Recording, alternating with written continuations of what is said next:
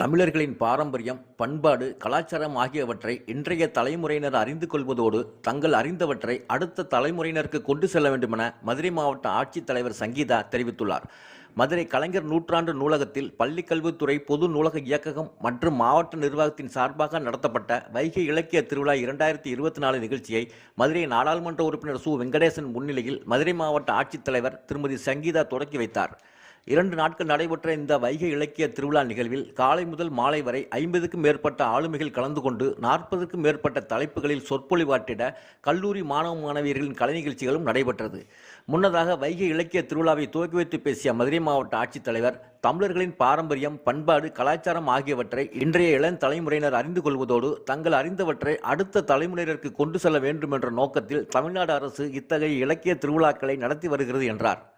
இந்நிலையில் மதுரை மாவட்டத்தில் நமது லட்சியம் வளர்ச்சியடைந்த பாரதம் நிகழ்வு மதுரை மாநகர் பகுதிகளில் பொதுமக்களின் பெரும் பேராதலுடன் நடைபெற்று முடிவடைந்த நிலையில் விடுபட்ட பகுதிகளுக்கான 2ஆம் கட்ட யாத்திரை துவங்கி தற்போது நடைபெற்று வருகிறது.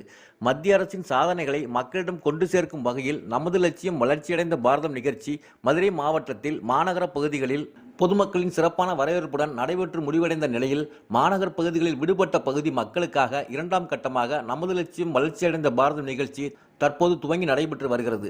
அந்த வகையில் மதுரை கீழவெளி வீதி பகுதியில் துவங்கிய நமது லட்சியம் வளர்ச்சியடைந்த பாரதம் யாத்திரை நிகழ்வின் போது மத்திய அரசு செயல்படுத்தி வரும் பல்வேறு மக்கள் நல திட்டங்கள் குறித்து விரிவாக எடுத்துரைக்கப்பட்டதுடன் மத்திய அரசின் திட்டங்களில் பொதுமக்கள் இணைவதற்கு தேவையான நடவடிக்கைகளும் மேற்கொள்ளப்பட்டன.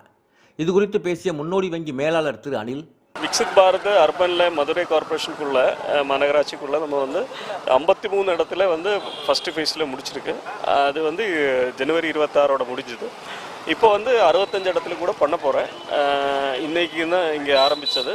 குறிப்பாக நம்மளோட கேஸ் ஏஜென்சி, அப்புறம் நம்மளோட ஆதார் உள்ளிட்ட சேவைகள், அதே மாதிரி நம்மளோட சுகாதாரத்துறையில் உள்ள சேவைகள், ஆயுஷ்மான் கார்டு, உஜ்வலா திட்டம், இந்த மாதிரி திட்டங்களுக்கு பதிவு பண்ணதுக்குள்ள ஏற்பாடு பண்ணிட்டு இருக்கு.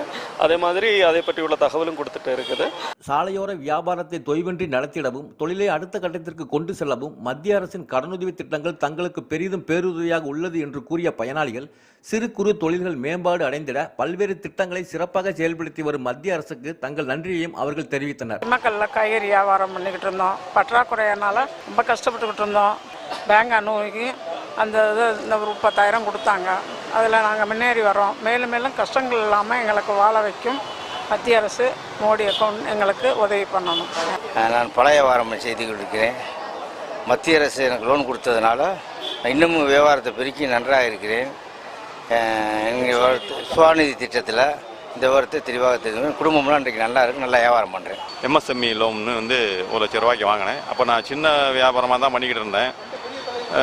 என்னுடைய டிரான்சாக்ஷன் பார்த்துட்டு நல்லா பண்ணுறாங்கன்னு சொல்லிட்டு இதனால் எங்களுக்கும் கொஞ்சம் டெவலப் ஆகிருந்தது. லோன் கிடைச்சதுனால இப்போ நல்லா கட்டுறதுனால எனக்கு திருப்பியும் ஒரு சாங்ஷன் கூடுதலாக பண்ணியிருக்காங்க. இந்த வாய்ப்பை நல்லா பயன்படுத்தி நிறைய லேபருக்கு எனக்கு நான் வேலை வாய்ப்பு அளிக்க முடியும். சிறுதொழில்களை ஊக்குவிக்கும் மத்திய அரசுக்கு என்னுடைய நெஞ்சார்ந்த நன்றிகளை தெரிவித்துக் கொள்கிறேன். மேலும் நமது லட்சியம் வளர்ச்சியடைந்த பாரதம் நிகழ்விற்காக கொண்டு வரப்பட்டுள்ள சிறப்பு வாகனம் மூலம் மத்திய அரசின் பல்வேறு மக்கள் நல திட்டங்கள் குறித்து பொதுமக்கள் அனைவரும் அறிந்து கொள்ளும் வகையிலும் சிறப்பு ஒளிபரப்பும் செய்யப்பட்டு வருகிறது. இந்நிலையில் இந்தியாவிலே தமிழ்நாட்டில்தான் மகளிர் உரிமை தொகை திட்டம், புதுமை பெண் திட்டம், மகளிர் சுய உதவி குழுக்களுக்கு கடன் உதவி திட்டம் உள்ளிட்ட சிறப்பு வாய்ந்த மக்கள் நல திட்டங்கள் செயல்படுத்தப்பட்டு வருகிறது என வணிக வரி மற்றும் பதிவுத்துறை அமைச்சர் திரு பி. மூர்த்தி தெரிவித்துள்ளார். மதுரை ஆலாத்தூர் ஊராட்சியில் உள்ள தனியார் மகாலில் மக்களுடன் முதல்வர் திட்டத்தின் கீழ் பயனாளிகளுக்கு நலத்திட்ட உதவிகள் வழங்கும் விழா நடைபெற்றது.